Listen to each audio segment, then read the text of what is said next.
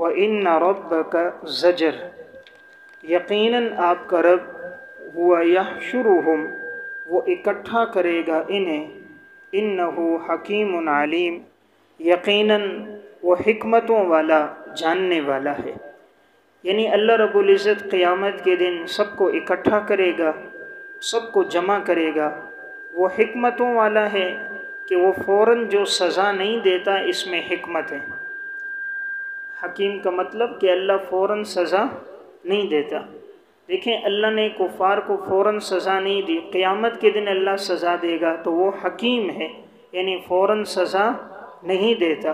علیم ہے، ہر انسان کے ہر فعل سے واقف ہے۔ جس آدمی نے جو گناہ کیا ہے، جو نیک عمل کیا ہے، وہ واقف ہے۔ تو حکیم کے نیچے لکھیں گے کہ وہ حکیم ہے، یعنی فوراً سزا نہیں دیتا۔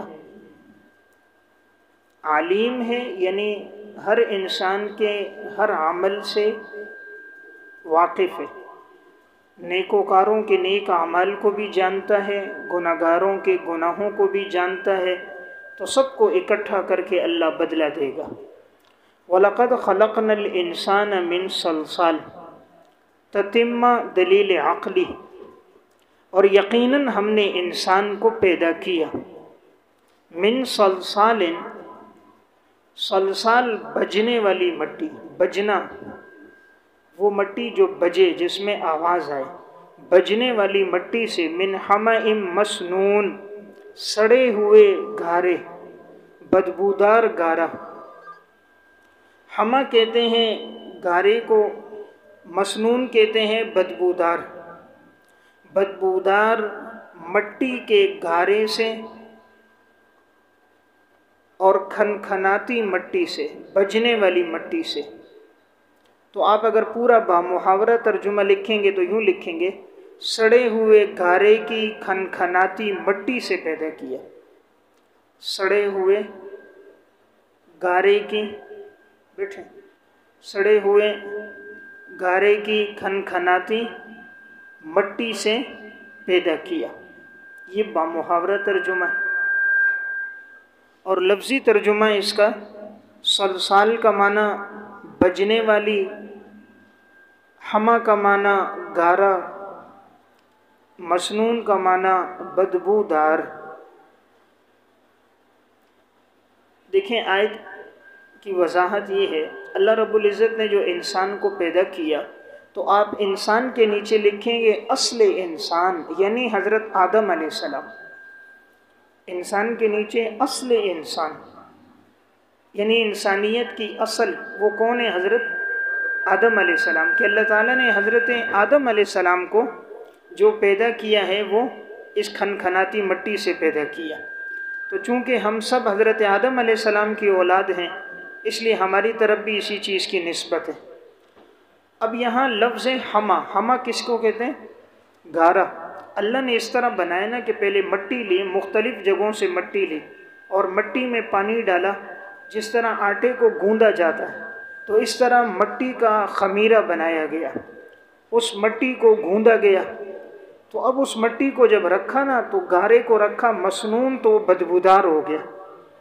جب مٹی کو اس طرح گوند کے رکھو، یہ کیچڑ کی طرح ہو جاتی ہے، تو اب اس سے تعفن آتا ہے، بدبو آتی ہے۔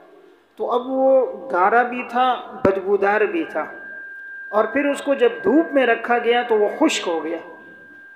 دھوپ میں رکھا تو خشک ہو گیا۔ جب خشک ہوا تو وہ صلصال بجنے لگا۔ مٹی کے برتن آپ نے دیکھے ہوں گے، اس کو سلو کر لو۔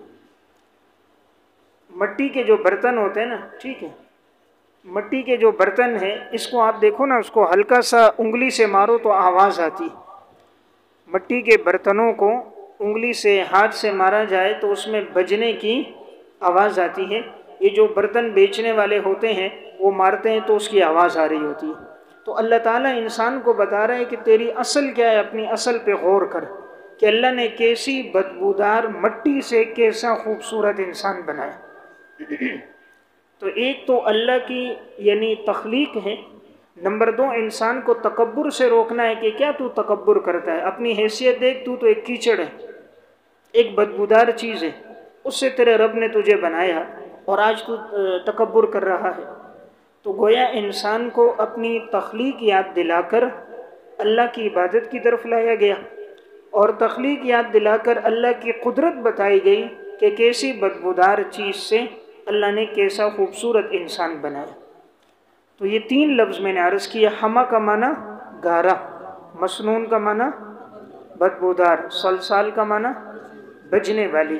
تو مفہوم کیا ہے کہ اللہ رب العزت نے زمین کی مختلف جگہوں سے مٹی لی تھی، اسی وجہ سے انسانوں کے رنگ مختلف ہیں، اسی وجہ سے انسانوں کے مزاج مختلف ہیں۔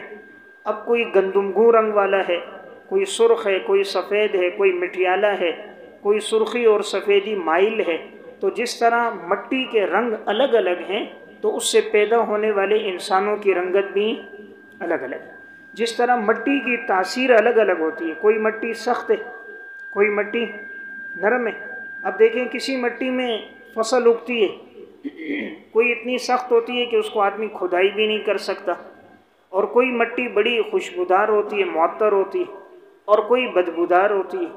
کوئی جگہ زمین کی بڑی حسین ہوتی ہے اور کوئی جگہ کانٹے دار ہوتی ہے، بدنما ہوتی ہے۔ تو جس چیز سے اللہ نے انسان کو پیدا کیا، اسی اعتبار سے انسان کا بھی مزاج ہے، کوئی سخت مزاج والا، کوئی نرم مزاج والا، اچھے اخلاق والا ہے۔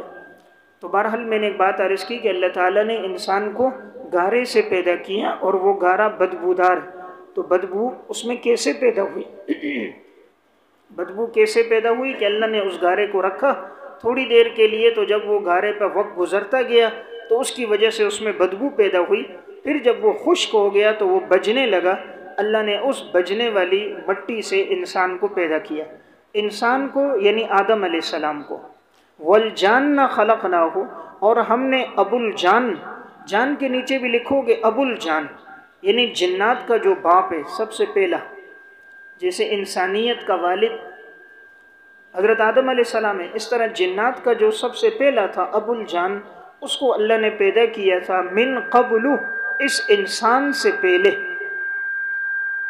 من قبل اس انسان سے پہلے ہم نے اس کو پیدا کیا تھا، من نار السموم، سخت حرارت والی آگ کے شعلے سے، سخت حرارت والی، سموم کہتے ہیں حرارت والی، سخت حرارت والی آگ کے شعلے سے ہم نے جنات کو پیدا کیا، یعنی ابو الجان جو جنات کی اصل ہے، ہم نے اس کو پیدا کیا تھا من قبل، انسان سے پہلے۔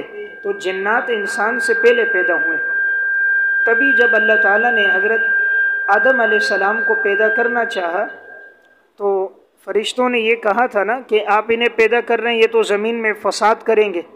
تو فرشتوں نے انسان کو قیاس کیا تھا جنات پر، تو معلوم ہوا جنات کو اللہ نے انسانوں سے پہلے پیدا کیا، اس لیے من قبل کا معنی انسان سے پہلے۔ من نار سموم، سخت حرارت والے آگ کے شعلے سے۔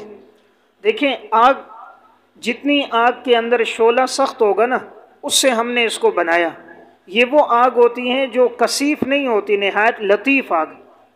آگ کے اندر کثافت تب آتی ہے نا جب آگ کے اندر مختلف چیزیں ڈالی جائیں، مثلا کپڑا ڈالو، لکڑی ڈالو، سامان ڈالو، چیزوں کو جلاؤ تو اس میں دھواں آتا ہے اور وہ آگ میں کثافت نظر آتی ہے، دھواں نظر آتا ہے۔ لیکن اگر آگ لطیف ہو، کوئی چیز اس میں ڈالی نہ جائے اور اس کو جلایا جائے، مثلا آپ پٹرول ڈالو، زمین پہ آگ لگاؤ، مٹی کا تیل ڈالو، آگ لگا دو، تو اب یہ جو آگ ہوگی یہ بڑی لطیف ہوگی، یعنی یہ اوپر کی طرف زیادہ اٹھے گی، یہ زیادہ جلانے والی ہوگی۔ تو ہم نے اس طرح کے شعلے سے بنایا۔ یہ اس میں اللہ کی زیادہ قدرت ہے۔ ایک تو ہے کہ کثیف ہو نا، لکڑی جلائی جلائی وہ کوئلہ بن گیا، اب اس سے پیدا کرنا وہ بھی اللہ پیدا کر سکتا ہے، لیکن وہ پھر بھی اس کا ایک جسم ہے، اس کا ایک جسم ہے، اس میں ایک کثافت نظر آ رہی ہے، دھواں ہے، لیکن یہ بالکل لطیف تھی، کوئی جسم نہیں تھا، کوئی اس میں مادہ ڈالا نہیں گیا تھا جس کو جلایا گیا ہو۔ ایسی لطیف آگ اور باریک آگ سے اللہ نے جنات کو پیدا کیا۔ تو یہ بھی اللہ کی خلقت ہے۔ تو جیسے وہاں بدبودار گارے سے خوبصورت انسان، اسی طرح آگ جیسی لطیف چیز جو قابو میں بھی نہیں آ سکتی، نظر میں بھی نہیں آ سکتی، ایسی آگ سے ہم نے جنات کو پیدا کیا۔ وَإِذْ قَالَ رَبُّكَ لِلْمَلَائِكَةِ، تفسیر خلق آدم۔ تفسیر خلق آدم، حضرت آدم علیہ السلام کی پیدائش کی تفسیر کس طرح بنایا، اور جب کہا تیرے رب نے فرشتوں سے انی خالق بشرا، یقیناً میں پیدا کرنے والا ہوں ایک انسان کو، بشر کے نیچے حضرت آدم علیہ السلام، من صلصال من حمأ مسنون، ایک سڑے ہوئے گارے کی کھنکھناتی مٹی سے، وہی اوپر والا لفظ ہے، سڑے ہوئے گارے کی کھنکھناتی مٹی سے، یعنی وہی بدبودار بجنے والی مٹی سے، فَإِذَا سَوَّيْتُهُ، اور جب میں اس کو پوری طرح بنا لوں، جب میں اس کو پوری طرح بنا لوں، سویتو کا لغوی معنی ہوتا ہے برابر برابر بنانا، اور مراد یہاں کیا ہے، جب میں اس کو پوری طرح بنا لوں، یعنی جب وہ مکمل بن جائے، ہاتھ پاؤں اعضاء جب مکمل بن جائیں، اس کے بعد تم نے وَنَفَخْتُ فِيهِ مِن رُوحِي، اور میں پھونک دوں گا اس میں اپنی روح میں سے، اپنی روح میں سے پھونک دوں گا، یعنی اپنے امر سے، اپنے حکم سے اس میں روح ڈال دوں گا، اپنی روح میں سے پھونکوں گا یعنی اپنے حکم سے اس میں روح ڈال دوں گا۔ تو اپنی طرف اضافت جو ہے نا من روحی، یہ اضافت تشریفی ہے، مقام اور مرتبہ بتانا ہے کہ حضرت آدم میں روح ہم نے اپنے خصوصی امر کے ساتھ ڈالی۔ فَقَعُوا لَهُ سَاجِدِينَ، تو تم گر پڑنا ان کے سامنے سجدہ کرتے ہوئے، تم ان کے سامنے سجدے میں گر پڑنا۔ دیکھیں یہاں لفظ استعمال کیے جب ہم حضرت آدم کو پوری طرح بنا دیں برابر سرابر، اللہ تعالیٰ نے انسان کے سارے اعضاء برابر سرابر رکھے۔ دیکھیں اگر اللہ نے ہاتھ برابر رکھے، اگر ایک ہاتھ ہوتا 2 فٹ کا، ایک ہوتا 1.5 فٹ کا، ایک پاؤں ہوتا 3 فٹ کا، ایک ہوتا 2 فٹ کا، تو بیلنس برابر نہ ہوتا، ادھر پاؤں رکھتا ادھر گرتا، ادھر پاؤں رکھتا ادھر گرتا۔ ایک کان ہوتا مثلا 5 انچ کا، دوسرا ہوتا 1.5 انچ کا، ایک آنکھ ہے 3 انچ کی ہے، دوسری ہوتی 1 انچ کی، ایک اب ناک کا نتنا ہے اب مثلا 1 انچ کا، دوسرا بالکل بند ہوتا، یہ آدھی انچ کا ہوتا، تو انسان کے لیے زندگی بڑی مشکل ہو جاتی اور یہ بڑا بدنما نظر آتا۔ لیکن ہم نے انسان کو پیدا کیا برابر سرابر، سارے اعضاء کیا بنائے، برابر بنائے۔ پھر ہم نے اس میں روح ڈالی۔ دنیا میں سائنس جتنی ترقی کر جائے روح نہیں ڈال سکتی، مجسمہ بنا لے گی، جیسے آج سائنسدانوں نے مجسمے بنائے ہوئے، اب وہ کہہ رہے بجلی سے ہم چلا رہے ہیں، تو بھائی تم روح ڈالو نا، روح نہیں ڈال سکتے، بس اس کو جو بات سکھائی ہوئی ہے وہی کرے گا، سلام کرے گا، کھڑا ہوگا، اندر بلائے گا آؤ، باقی اپنی دماغ کو استعمال کرے جیسے انسان کرتا ہے، ساری زندگی ہے، میموری ہے، محفوظ کر رہا ہے، ایسا نہیں کر سکتے۔ اللہ نے ہمیں جو دماغ دیا ہے نا، یہ دماغ 3 انچ کا ہے، اور اس کے اندر دیکھو 50 سال کا پورا ڈیٹا ہوتا ہے، 60 سال عمر ہو گئی، 50 سال میں وہ کہاں گیا، کیا کھایا، کیا پیا، کہاں پڑھا، کس کس سے ملا، وہ ساری معلومات اگر لکھنا شروع کرو، ہر واقعے کو کتنی کتابیں جلدیں بن جائیں گی، لیکن اللہ نے اس سب کو محفوظ کیا چھوٹے سے دماغ میں۔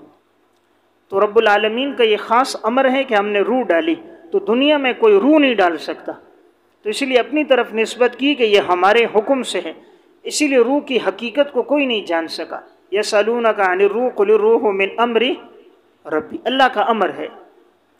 فقعوا لہ ساجدین، سارے گر پڑو تم۔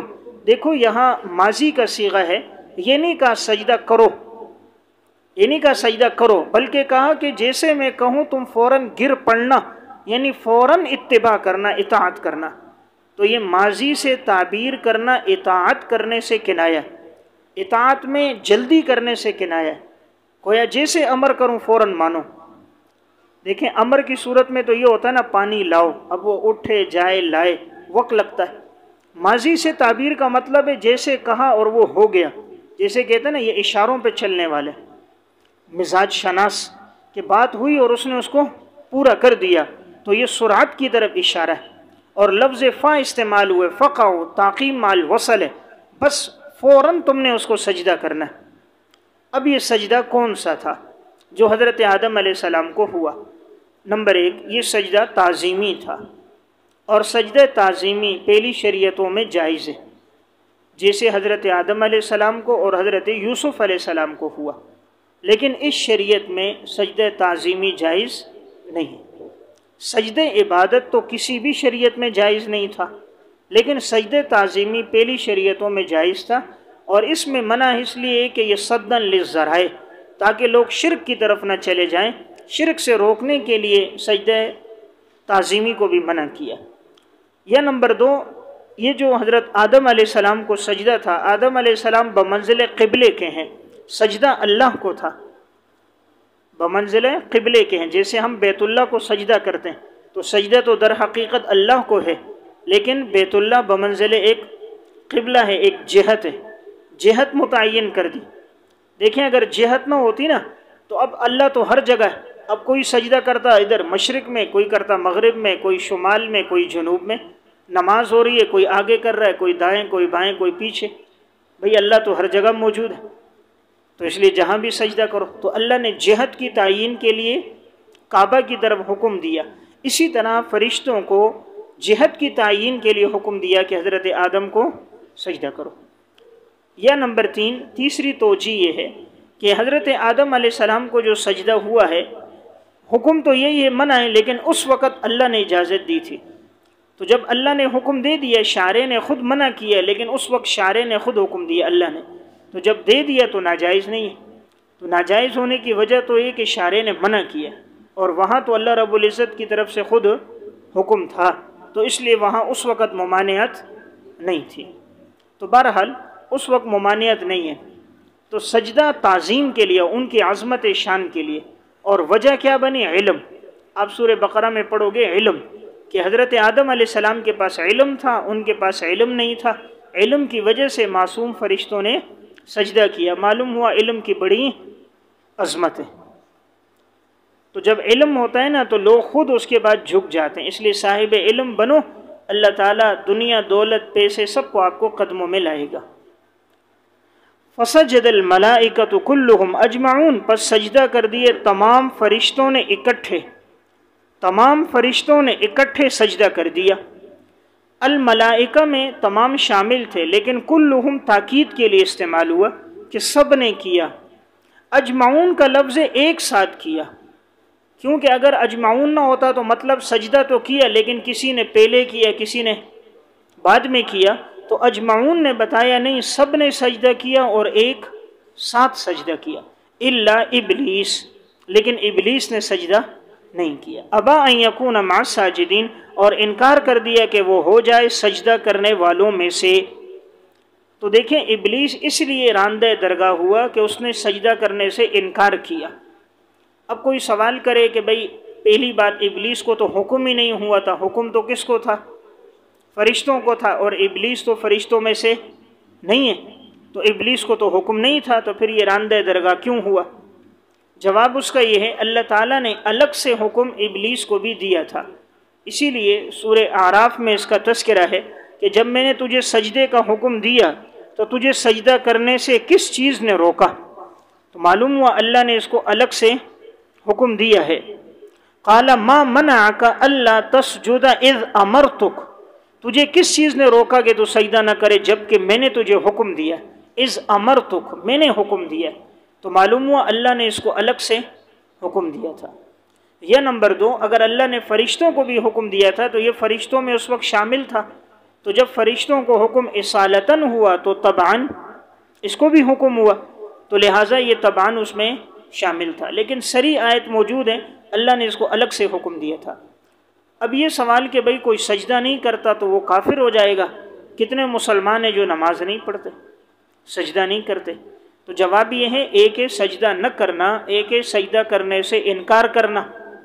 مسلمان اگر کوئی نہیں نماز پڑھ رہا، وہ سمجھتا ہے میں گناہ گار ہوں، مجھ سے گناہ ہو رہا ہے، میں توبہ کروں گا، معافی مانگوں گا، قضا پڑھوں گا، لیکن ابلیس نے تو انکار کیا، میں سجدہ کرتا ہی نہیں ہوں۔ تو اگر آج بھی کوئی کہے کہ میں سجدہ نہیں کرتا ہوں، نماز کو نہیں مانتا ہوں، تو وہ کافر ہے۔ تو ایک ہے سستی کی وجہ سے نہ پڑھنا، ایک ہے حکم کو نہ ماننا، دونوں میں فرق ہے۔ تو ابلیس نے کہا کہ میں نہیں کرتا، اور وجہ بھی بیان کر دی، آگے بھی آ رہی ہے، میں آگ سے پیدا ہوا ہوں اور یہ مٹی سے، اور آگ کے اندر علو ہے اور مٹی کے اندر سفل ہے، تو لہٰذا میں اس کو نہیں کروں گا۔ تو اس سے معلوم ہوا وحی کے مقابلے میں سب سے پہلے قیاس شیطان نے کیا، وحی کے مقابلے میں سب سے پہلے قیاس شیطان نے کیا، تو وحی کے مقابلے میں قیاس جائز نہیں ہے۔ وحی موجود نہ ہو، علت نکال کر مسئلے کا حل نکالنا، یہ فقہاء کرام کا کام ہے۔ اب لوگ یہاں ایک غلط تاثر دیتے ہیں کہ دیکھو قیاس تو ابلیس نے کیا تھا سب سے پہلے، تم لوگ بھی قیاس کو مانتے ہو۔ تو قیاس نص کی موجودگی میں کرنا شیطان کا کام ہے، نص موجود نہ ہو علت نکال کر مسئلے کا حل ڈھونڈنا فقہاء کرام کا کام ہے۔ تو دونوں میں فرق ہے۔ تو یہاں اس نے نص کے مقابلے میں کیا تھا، اس لیے یہ مردود ہو گیا۔ تو الا ابلیس، سوائے ابلیس کے اس نے انکار کر دیا سجدہ کرنے والوں میں سے وہ ہو جائے۔ قال یا ابلیس، زجر، قال کا فاعل اللہ رب العزت۔ اللہ رب العزت نے فرمایا اے ابلیس، ما لک الا تکون مع الساجدین، کیا ہوا تجھے کہ تو نہیں ہے سجدہ کرنے والوں کے ساتھ، سجدہ کرنے والوں کے ساتھ تو نے سجدہ کیوں نہیں کیا؟ قال لم اکن لاسجد لبشر، ابلیس نے کہا نہیں ہوں میں کہ میں سجدہ کروں کسی بشر کو، خلقتہ من صلصال من حمأ مسنون، کہ آپ نے پیدا کیا ہے اس کو سڑے ہوئے گارے کی کھنکھناتی مٹی سے، سڑے ہوئے گارے کی کھنکھناتی مٹی سے، یہ اوپر جیسے میں نے آپ کو کہا بدبودار بجنے والی مٹی سے۔ قال فخرج منہا، انجام استکبار، انجام استکبار تکبر کا انجام، اللہ رب العزت نے کہا نکل جا منہا، اس جنت سے، فإنک رجیم، علت یقیناً تو مردود ہے، دھتکارا ہوا ہے، یقیناً تو دھتکارا ہوا ہے، مردود ہے، نکل جائے یہاں سے۔ وَإِنَّ عَلَيْكَ اللَّعْنَةَ إِلَىٰ يَوْمِ الدِّينِ، اور یقیناً تیرے اوپر لعنت ہوگی قیامت کے دن تک۔ تو قیامت کے دن تک اب اس ابلیس کے اوپر لعنت ہے۔ قَالَ رَبِّ فَأَنذِرْنِي، مطالبہ امہال، مطالبہ امہال، مہلت کا مطالبہ کہ مجھے مہلت دے دے۔ اب دیکھیں یہ نہیں کہہ رہا یا اللہ مجھ سے غلطی ہو گئی مجھے معاف کر دے، آگے سے کہہ رہا رب فانذرنی الی یوم یبعثون، اے اللہ تو مجھے مہلت دے دے اٹھائے جانے کے دن تک، اٹھائے جانے کے دن تک، یعنی قیامت کے دن تک مجھے مہلت دے دے کہ میں زندہ رہوں، موت نہ آئے۔ تو اللہ رب العزت نے قال فإنک من المنذرین، اجابت مطالبہ، اس کا مطالبہ قبول ہوا، ٹھیک ہے کہ یقیناً تو من المنذرین، مہلت دیے گئے لوگوں میں سے ہے، یقیناً تو مہلت دیے گئے لوگوں میں سے، منذرین اس میں مفعول ہے کہ تجھے مہلت دے دی گئی ہے، لیکن الی یوم الوقت المعلوم، یہ مقررہ وقت تک ہے، معلوم وقت تک ہے، نیچے لکھے نفخہ اولا تک، نفخہ اولا تک۔ دیکھیں قیامت جب قائم ہوگی تو پہلا نفخہ ہوگا، اسرافیل علیہ السلام سور پھونکیں گے تو کائنات میں جتنے لوگ ہوں گے سب مر جائیں گے۔ دوسری دفعہ جب سور پھونکا جائے گا تو سارے لوگ قبروں سے دوبارہ اٹھ کر نکلیں گے اور پھر محشر کے میدان میں جمع ہوں گے۔ تو اب اللہ نے اس کو مہلت کب تک دی ہے؟ نفخہ اولا یعنی قیامت تک، قیامت تک کے لیے اس کو مہلت دے دی گئی۔ اس سے پتہ چلتا ہے اللہ رب العزت جب شیطان کی دعا رد نہیں کرتا، مسلمان کی دعا کیسے رد کرے گا؟ شیطان نے اللہ سے کہا مجھے مہلت دے، اللہ نے اس کو بھی مہلت دے دی۔ تو مایوس نہیں ہونا چاہیے، انسان کو ہمیشہ اللہ سے دعا کرنی چاہیے۔ رب العالمین دعا ضرور قبول کرتا ہے، لیکن قبولیت کے طریقے الگ ہوتے ہیں۔ یا کبھی اللہ رب العزت وہی عطا فرما دیتا ہے، اور کبھی آخرت کے لیے ذخیرہ کر دیتا ہے، اور کبھی آنے والی مصیبت کو ٹال دیتا ہے۔ قال ربی بما اغویتنی، اظہار عداوت، اظہار عداوت، ابلیس نے کہا اے میرے رب، بما اغویتنی، بسبب اس کے کہ تو نے مجھے گمراہ کیا، بسبب اس کے کہ تو نے مجھے گمراہ کیا، لَأُزَيِّنَنَّ لَهُمْ فِي الْأَرْضِ، میں ضرور بے ضرور مزین کروں گا ان کے لیے زمین میں، لہم کے نیچے معاصی، میں ضرور بے ضرور مزین کر دوں گا ان کے لیے معاصی، گناہوں کو زمین میں، وَلَأُغْوِيَنَّهُمْ أَجْمَعِينَ، اور میں ضرور بے ضرور گمراہ کروں گا ان سب کو، میں ضرور بے ضرور گمراہ کروں گا اجمعین، ان سب کو۔ دیکھیں اس کی بدبختی کتنی ہے، پہلی مرتبہ اللہ نے کہا تو نے سجدہ کیوں نہیں کیا؟ اس نے آگے سے کہا میں کیوں کروں، وہ تو مٹی سے بنا بدبودار، میں آگ سے بنا۔ پھر دوسری بات اللہ کی طرف لوٹ آتا، اللہ نے کہا تیرے اوپر لعنت ہے، اس نے کہا ٹھیک ہے ہو۔ تو پھر کہا بھئی اب تیرے اوپر موت، کہا نہیں مجھے قیامت تک کے لیے باقی رکھو، قیامت تک زندہ رہوں۔ اب اللہ نے مہلت دے دی، قیامت تک کے لیے زندہ۔ اور پھر آگے بدبختی کتنی ہے کہ کہہ رہے یا اللہ تو نے مجھے گمراہ کیا، یہ نہیں کہتا میں گمراہ ہوا۔ دیکھیں جملہ کیا ہے، ربی بما اغویتنی، اے میرے رب تو نے مجھے گمراہ کیا۔ تو اس نے گمراہی کی نسبت اپنی طرف نہیں کی بلکہ اللہ رب العزت کی طرف کی ہے۔ تو با یہاں پر سببیہ ہے، لَأُزَيِّنَنَّ لَهُمْ، اور میں مزین کروں گا ان کے لیے گناہوں کو زمین میں۔ اب یہاں پر اللہ نے اس کو گمراہ کیا، جواب یہ ہے گمراہ تو یہ اپنے عمل کی وجہ سے ہوا، باقی ہر چیز میں علت تو اللہ کا امر ہوتا ہے، لیکن سبب یہ خود بنا، تو بات سببیہ، سبب تو یہ خود بنا ہے، اس نے انکار کیا، سجدہ نہیں کیا، باقی کائنات کی ہر چیز اللہ کے امر سے ہوتی ہے۔ پھر دیکھیں اس نے دو تاکیدیں لائیں۔ اب پہلی کیا کہا ہے کہ میں ضرور مزین کروں گا زمین پہ رہنے والوں کے لیے گناہوں کو۔ اس سے معلوم ہوا آسمان پہ اس کا بس نہیں چلتا۔ فی الارض کی قید سے پتہ چلا کہ یہ کن کو گمراہ کرے گا، جو زمینوں میں ہے۔ آسمان میں تو معصوم فرشتے ہیں، وہ تو اللہ کی نافرمانی نہیں کرتے۔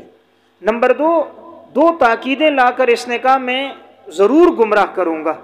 دیکھیں لَأُغْوِيَنَّ، لام بھی تاکید ہے، نون بھی تاکید ثقیلہ، اور اجمعین بھی تاکید ہے۔ معلوم ہوا شیطان کی کسی سے رشتہ داری نہیں ہے، کسی کو نہیں چھوڑتا۔ اب کوئی کہے جی میں عالم ہوں، مولوی ہوں، قاری ہوں، شیطان مجھے نہیں چھوڑے گا، نہیں، اس نے قسم کھا کر کہا اجمعین میں سب کو گمراہ کروں گا۔ اور گمراہ کرنے کا طریقہ کیا ہے، وہ یہ نہیں کہے گا کہ آؤ آگ میں چھلانگ لگاؤ، وہ ڈائریکٹ نہیں کہے گا انگارہ پکڑ لو، بچھو پکڑو، لَأُزَيِّنَنَّ، گناہ کو خوبصورت کر کے پیش کرے گا، گناہ کے کام کو خوبصورت کر کے پیش کرے گا۔ اب دیکھیں سود ہے، خوبصورت کر کے پیش کیا، یار لاکھ روپے دے رہے ہو تمہیں 1.5 لاکھ واپس ملے گا، دے دو، مال پڑ رہا ہے۔ رشوت ہے، یہ تو چائے پانی ہے، لے لو، اس میں کوئی حرج کی بات نہیں ہے۔ شراب پی رہے ہو، زنا کر رہے ہو، کوئی بات نہیں، توبہ کر دو گے بعد میں، اللہ غفور الرحیم ہے۔ تو ہر گناہ کرنے کے لیے اس نے گناہ کو ایسا مزین کر دیا کہ انسان گناہ کی ہولناکی کی طرف جاتا ہی نہیں ہے۔ تو اس لیے حدیث میں نا کہ جہنم کو خواہشات سے ڈانپا ہے اور جنت کو مشقت والے اعمال سے ڈانپا ہے۔ تو اس نے دنیا کو مزین کیا اور کہا میں ضرور گمراہ کروں گا سب کو، لیکن الا عبادک منہم المخلصین، مگر تیرے بندے، جو بندے چنے ہوئے ہیں، مخلصین چنے ہوئے بندے، برگزیدہ، سوائے تیرے برگزیدہ بندوں کے اس پہ میرا بس نہیں چلے گا۔ اب برگزیدہ بندوں میں ایک تو انبیاء علیہ السلام ہے، وہ اللہ کے چنے ہوئے لوگ ہوتے ہیں، ان پر شیطان کا کوئی بس نہیں چلتا۔ اسی طرح اب امت کے اندر جیسے صحابہ اکرام، اولیاء اکرام، نیک صالح متقی انسان جو چنے ہوئے ہوتے ہیں، اس پر شیطان کا بس نہیں چلتا۔ اگر ان سے گناہ ہو بھی جائے فوراً وہ لوگ توبہ کر دیتے ہیں، گمراہی میں اپنی زندگی نہیں گزارتے، ہر بات پر متنبہ ہوتے ہیں۔ تو یہ چنے ہوئے لوگ ہوتے ہیں۔ اس سے معلوم ہوا شیطان کا بس چنے ہوئے لوگوں پر نہیں چلتا، تو ایسے لوگوں کی صحبت اختیار کرنی چاہیے تاکہ آدمی شیطان سے محفوظ رہے۔ تو اس سے نیک لوگوں کی صحبت معلوم ہوئی۔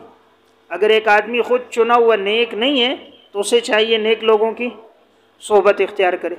قال ھذا صراط، ارشاد خداوندی، اللہ رب العزت نے فرمایا یہ راستہ ہے، علیہ، میری طرف، مستقیم، سیدھا، یہی راستہ ہے میری طرف سیدھا، یعنی یہ سیدھا راستہ ہے، جو اس پہ چلے گا تو میں اس کو ملوں گا۔ معلوم ہوا اللہ کی طرف پہنچنے والا راستہ صراط مستقیم بالکل سیدھا۔ ابلیس کے جو راستے ہیں وہ ٹیڑھے ہیں، دائیں بائیں سے گھما پھرا کے لاتا ہے۔ دین کی بات ایک ہوتی ہے، جو آدمی باتوں کو زیادہ گھمائے پھرائے، ادھر ادھر سے لائے اور اس طرح کی باتیں کرے تو سمجھنا چاہیے ابلیس کے طریقے والا ہے۔ جو نیک آدمی ہوگا، کھرا آدمی ہوگا، وہ سیدھی بات کرے گا۔ ان عبادی لیس لک علیہم سلطان، یقیناً میرے بندوں پر نہیں ہے تیرا کوئی غلبہ، الا من اتبعک من الغاوین، مگر جو پیچھے چلیں تیرے وہ گمراہوں میں سے ہوں گے، مگر جو پیچھے چلیں تیرے تو من الغاوین وہ گمراہوں میں سے ہوں گے۔ غاوین باب ضربہ سے اس میں فاعل کا صیغہ ہے۔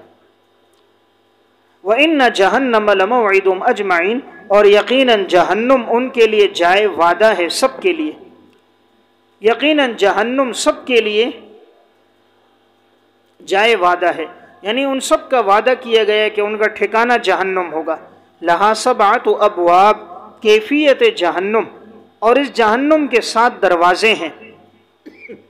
لکل باب منہم جزء مقسوم، اور ہر دروازے کے لیے منہم ان گمراہوں میں سے داخل ہونے کے لیے حصہ ہے، مقسوم الگ کیا ہوا۔ لکل باب، ہر ایک دروازے کے لیے، منہم ان گمراہوں میں سے، ان گمراہ لوگوں میں سے ہر ایک کے لیے جزء حصہ ہے، مقسوم الگ کیا ہوا، یعنی ہر گمراہ آدمی کے لیے جہنم کے دروازے سے جو داخل ہوگا تو اس کے لیے الگ الگ کیا ہوگا؟ حصہ ہوگا۔ دیکھیں 7 دروازے ہیں نا، تو ہر جو جہنمی ہوگا ہر دروازے سے جائے گا۔ جیسے آپ نے پڑھا ہے جنت کے 8 دروازے، اب ایک دروازہ صائمین کے لیے، ایک ذاکرین کے لیے، ایک مجاہدین کے لیے، نمازیوں کے لیے، اس طرح جہنم کے بھی 7 دروازے ہوں گے۔ ہر دروازے سے اس قسم کے گناہگار، قاتلین الگ سے جا رہے ہیں، مفسدین الگ سے جا رہے ہیں، لوٹیرے شرابی الگ سے جا رہے ہیں، تو الگ الگ راستے ہوں گے، اور ہر ایک کے لیے وہ راستہ مقرر ہے۔ ان المتقین فی جنات وعیون، بشارت۔ اب جب اللہ نے کفار کا تذکرہ کیا، جہنم کا تذکرہ کیا، تو اب اس کے مقابلے میں ایمان والوں کا اور جنت کا تذکرہ ہے۔ یقیناً پرہیزگاروں کے لیے فی جنات، باغات ہیں، وعیون، چشمے ہیں، باغات اور چشمے ہیں۔ ادخلوہا سے پہلے یقال کہا جائے گا، ادخلوہا، داخل ہو جاؤ ان باغات اور چشموں میں، بسلام آمنین، سلامتی کے ساتھ اور امن کے ساتھ، سلامتی کے ساتھ اور امن کے ساتھ، یعنی اللہ خوبصورت چشموں والے باغات میں داخل کرے گا، اور داخل کرنے کے بعد سلامتی ہوگی۔ دیکھیں انسان خوبصورت باغ میں چلا جائے لیکن وہاں سلامتی نہ ہو، یعنی اس کو تکلیف ہو، پریشانی ہو، اور آمنین، امن نہ ہو، وہاں بدامنی ہو، ڈاکے کا خطرہ ہو، چوروں کا خطرہ ہو، پاک دامنی باقی نہ رہے، عزت لٹنے کا خطرہ ہو، کتنا خوبصورت باغ کیوں نہ ہو، آدمی بے چین ہوگا۔ آپ اچھے سے اچھے باغ میں چلے گئے لیکن معلوم ہوا بھئی یہاں فسادی لوگ بھی ہیں، چور ڈکیت بھی ہیں، تو آپ کے ساتھ گھر والے، آدمی پریشان ہوتا ہے خوبصورت باغ میں بھی کہ یہاں اطمینان نہیں ہے، تو اللہ ان باغات میں لائے گا جہاں جسمانی بھی سکون ہوگا اور سلام آمنین، ذہنی بھی سکون ہوگا، کہ بالکل اطمینان اور امن ہوگا، کوئی پریشانی نہیں ہوگی۔ وَنَزَعْنَا مَا فِي صُدُورِهِمْ، اور ہم نکال دیں گے جو ان کے سینوں میں تھا، من غل، کینہ، اخواناً، یہ بھائی بھائی ہوں گے، علی سرر متقابلین، تختوں پر ہوں گے آمنے سامنے، تختوں پر ہوں گے آمنے سامنے۔ دیکھیں یہاں فرمایا کہ ہم نکال دیں گے ان کے سینوں سے کینہ۔ دنیا میں عموماً انسان کے سینے میں کینہ آ جاتا ہے، طبعی اور فطرتی طور پر کسی کے دل میں کینہ، کسی کے دل میں بغض آ جاتا ہے، تو کہا قیامت کے دن ہم یہ کینہ نکال دیں گے، اور سب کے سب یہ آپس میں ہوں گے بھائی بھائی، بھائی بھائی ہوں گے۔ اس کا مطلب یہ ہے دل میں کوئی کسی کے لیے عداوت اور نفرت نہیں ہوگی، اور یہ تختوں پر بیٹھے ہوں گے آمنے سامنے۔ متقابلین، یہ باب تفاعل سے اس میں فاعل کا صیغہ ہے، باب تفاعل سے اس میں فاعل کا صیغہ ہے۔ لا یمسہم فیہا نصب، اور نہیں چھوئے گی ان باغات میں ان کو تھکاوٹ، نہیں چھوئے گی ان باغات میں ان کو کوئی تھکاوٹ۔ تو دیکھیں خوبصورت باغ بھی ہیں، سارے آپس میں تختوں پر بیٹھے ہوئے ہیں، دل میں کوئی کینہ اور نفرت بھی نہیں ہے، کسی کی کوئی پارٹی اور جماعت نہیں ہے کہ یہ اس پارٹی کو آپس میں نفرت ہو، سب کی پارٹیاں ختم ہو جائیں گی، دلوں سے نفرتیں ختم، بیٹھے ہوں گے، اور وہاں نہیں چھوئے گی ان باغات میں کوئی تھکاوٹ۔ دیکھیں انسان اگر تھکا ہوا ہو، سکون صحیح نہیں ملتا، تو وہاں کوئی تھکاوٹ نہیں ہوگی، کام کرنا پڑے، کوئی چیز لانی پڑے، تمام چیزیں خود بخود مہیا ہوں گی۔ وما هم منها بمخرجین، پس وہ نہیں ہوں گے کہ ان باغات سے انہیں نکالا جائے۔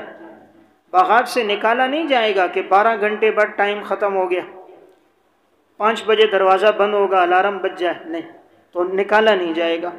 نبئ عبادی، ترغیب، خبر دیجئے میرے بندوں کو، انی انا الغفور الرحیم، یقیناً میں بخشنے والا رحم کرنے والا ہوں۔ وان عذابی، ترہیب، یقیناً میرا عذاب، هو العذاب العلیم، وہ بڑا دردناک عذاب ہے۔ دیکھیں یہاں 2 آیتوں میں، پہلی آیت میں مضمون ہے میرے بندوں کو بتاؤ میں گناہوں کو بخشنے والا ہوں، اس لیے جو گناہ ہو جائے مایوس نہ ہو، میری طرف لوٹ کر آؤ، اور آگے دوسروں کو بھی بتا دو جو زندگی گناہوں میں گزار رہے ہیں، یقیناً میرا عذاب بھی بہت کیا ہے، سخت ہے۔ دیکھیں یہ اللہ رب العزت کی ذات ہے کہ ایک ہی وقت میں جہاں رحم ہے اور وہیں ساتھ ساتھ اللہ نے دشمنوں کے لیے وعید بھی ہے۔ ورنہ انسان جب زیادہ خوشی میں ہوتا ہے غصہ نہیں ہوتا، جب زیادہ غصے میں ہوتا ہے خوشی نہیں ہوتی۔ اللہ تعالیٰ ان کیفیات سے پاک ہے۔ دیکھو ایک آدمی زیادہ خوشی میں ہے نا، اس کو غم نہیں ہوتا کہ خوشی کے دن وہ ماتم کرے، گریبان پھاڑے اور سر ٹکرائے، خوشی کے دن یہ کام کرے گا نہیں۔ اور جب غم کے دن ہوگا تو وہ اب یہ ہے کہ ناچنا شروع کر دے، باپ کا جنازہ پڑھے، ایسا بھی نہیں ہوگا۔ تو معلوم ہوا کہ خوشی میں انسان کی الگ کیفیت ہے، غم میں الگ ہے۔ اللہ رب العزت کی ذات وہ ہے بیک وقت جہاں اللہ غفور ہے، وہیں اللہ رب العزت کا عذاب عذاب العلیم بھی ہے۔ یعنی اللہ کسی چیز سے متاثر نہیں ہے کہ ہم حالات سے متاثر ہو کر ایک حالت میں ہو تو دوسری حالت نہیں رہتی۔ جس وقت اللہ غفور الرحیم ہوتا ہے اسی وقت اللہ جبار اور قہار بھی۔ اللہ کی ہر صفت اللہ کی ذات میں ہر وقت موجود ہے۔ ہمارے اندر تو غلبہ ہوتا ہے، خوشی کے غلبے میں وہ بھول جاتا ہے، غم کی حالت میں وہ خوشی چلی جاتی ہے۔ تو اللہ تعالیٰ کسی چیز سے مرعوب نہیں ہے، مغلوب نہیں ہے۔ وَنَبِّئْهُمْ عَنْ ضَيْفِ ابراہیم، ترغیب اور ترہیب کا نمونہ، اور آپ خبر دیجئے انہیں ابراہیم علیہ السلام کے مہمانوں کی۔ اذ دخلوا علیہ، جب وہ داخل ہوئے ابراہیم علیہ السلام پر، فقالوا سلاما، تو انہوں نے کہا سلامہ سے پہلے سلمنا سلاما، سلمنا سلاما، انہوں نے کہا ہم سلام کرتے ہیں آپ کو، آپ کے لیے سلامتی ہو۔ پہلے واقعہ گزر چکا ہے سورہ ہود میں تفصیلی کہ فرشتے در حقیقت آئے تھے حضرت لوط علیہ السلام کی قوم کو عذاب دینے کے لیے، تو اس سے پہلے ابراہیم علیہ السلام سے ملے۔ تو اب ابراہیم علیہ السلام نے ان کے لیے کھانا تیار کیا، ان کے سامنے رکھا، تو وہ کھانا نہیں کھا رہے تھے۔ تو اس دور میں جو کھانا نہ کھائے تو ایک علامت ہوتی تھی کہ شاید یہ کہیں دشمن تو نہیں ہے جو ہمارا نمک نہیں کھا رہا۔ اس لیے بات آگے آئی کہ ابراہیم علیہ السلام طبعی طور پر ذرا خوفزدہ ہوئے، تو انہوں نے بتایا کہ ہم فرشتے ہیں، ہمیں کھانے کی حاجت نہیں ہے، ہم آپ کو خوشخبری دینے آئے ایک بیٹے کی جو جاننے والا ہوگا، وہ بیٹا اسحاق علیہ السلام، اور اس کے بعد ہم جائیں گے قوم لوط کو ہم عذاب دیں گے۔ تو جب وہ آئے تو انہوں نے خیر خیریت ہے، بچوں کا کیا حال ہے، اچھا السلام علیکم۔ تو پہلے ہیلو ہوا، سب کچھ ہوا، پھر سلام ہوا، حالانکہ سلام پہلے ہونا چاہیے کلام۔ تو السلام قبل الکلام۔ قال انا منکم وجلون، ابراہیم علیہ السلام نے کہا یقیناً میں تم سے ڈرتا ہوں، تم سے میں ڈر رہا ہوں۔ تو طبعی تقاضے کے مطابق، بشری تقاضے کے مطابق کہ تم کھانا نہیں کھا رہے ہو تو اس سے لگتا ہے تمہاری کوئی اور نیت ہے۔ تو بہرحال انبیاء علیہ السلام عالم الغیب نہیں ہوتے، تو یہ نفی علم غیب ہے، انہیں معلوم نہیں تھا کہ یہ فرشتے ہیں۔ قالوا لا توجل، فرشتوں نے کہا مت ڈریے، انا نبشرک بغلام علیم، یقیناً ہم آپ کو خوشخبری دیں گے ایک ایسے لڑکے کی جو جاننے والا ہے۔ غلام کے نیچے اسحاق علیہ السلام۔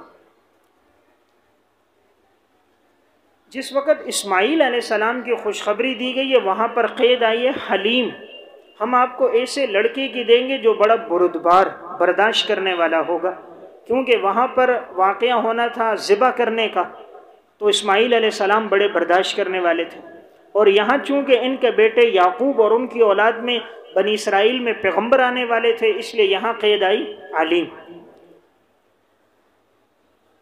علیم کہا، حالانکہ دنیا میں اور بھی بہت سے لوگوں کے پاس علم ہوتا ہے، جواب یہ سب سے زیادہ علم انبیاء علیہ السلام کے پاس ہوتا ہے۔ تو اس لیے اسحاق علیہ السلام صرف یہ نہیں کہا کہ علم والے، عالم علیم کہا، بہت زیادہ علم والے ہوں گے. تو نبی کے پاس کائنات میں سب سے زیادہ اللہ کے بعد علم ہوتا ہے. قال ابشرتمونی، ابراہیم علیہ السلام نے کہا کیا تم خوشخبری دیتے ہو مجھے؟ ترجمہ لکھو، کیا تم خوشخبری دیتے ہو مجھے؟ حالا ام مسنی الکبر، باوجود یہ کہ پہنچ چکا ہے بڑھاپا مجھے، باوجود یہ کہ بڑھاپا مجھے پہنچ چکا ہے. فبما تبشرون، پس کیسے تم خوشخبری دیتے ہو مجھے، کیسے تم خوشخبری دیتے ہو؟ اعلیٰ بمانے ماں کے ہے، اعلیٰ بمانے ماں کے ہے، تم لوگ خوشخبری دیتے ہو مجھے حالانکہ بڑھاپا تو میرا آ چکا ہے، تو کیسے تم خوشخبری دیتے ہو؟ دیکھیں یہ تعجب تھا، اللہ رب العزت کی رحمت سے مایوسی نہیں تھی، بلکہ تعجب تھا کہ بڑھاپے میں تو عموماً اولاد نہیں ہوتی، تو میری اولاد کیسے ہوگی، میں بھی بوڑھا، گھر والی بھی بوڑھی.